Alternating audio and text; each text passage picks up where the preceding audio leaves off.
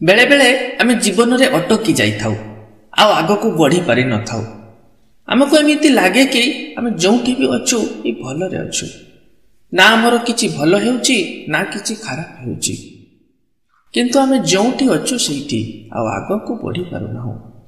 नमस्कार मु देवाशीष आज पुणी थरे एक सुंदर कहानी माध्यम थरे एक राज्यर राजा आउ एक राज्य को बुलवा जाइथिले।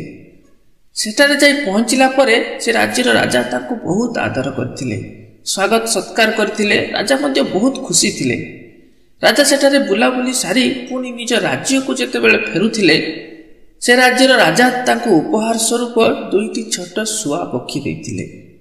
राजा से दुईटी पक्षी को नहीं निज राज्य को फेरिचंती आ से पक्षी दुईटी को निज बगीचारे रखी देइथिले।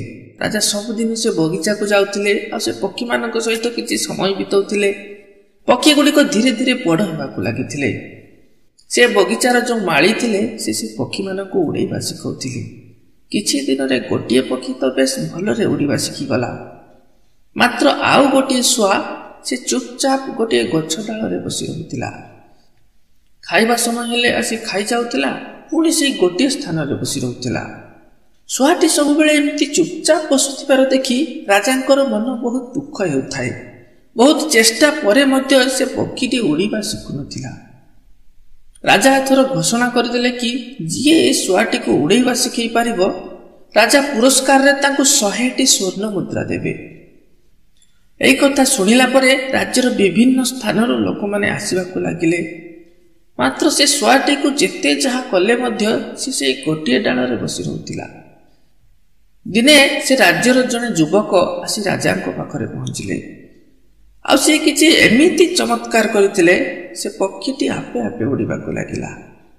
एबे तो आपण भाबुथिबे से एमिति कोन करथिले? से मात्र गोटिए काम करथिले।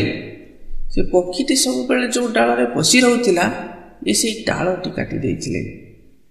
एबे से आर शुआटी ठारू मध्य आहुरी अधिक उड़ुथिला। ए दुनिया रे आम गण रे एमिति बहुत लोक अछंती जे कि सब बेले निज कंफर्ट जोन नु बाहर को बाहरी पारु नांती। तांको मध्य रे सेतिकी पावर अछि, क्षमता अछि, मात्र आगो को बढ़ी पारु नांती, रिस्क नेबा को चाहु नांती। तांको जीवन रे मध्य जने एमिति गुरु दरकार जे कि से डाल को काटी पारिबो।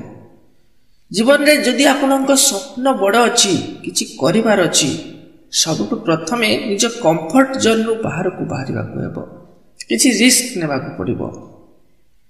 आशा करे कथाटी बुझी पारिथिबे।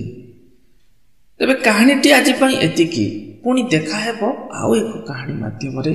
सेते बेले पर्यंत विदाय दियंतु। धन्यवाद समस्तंकु।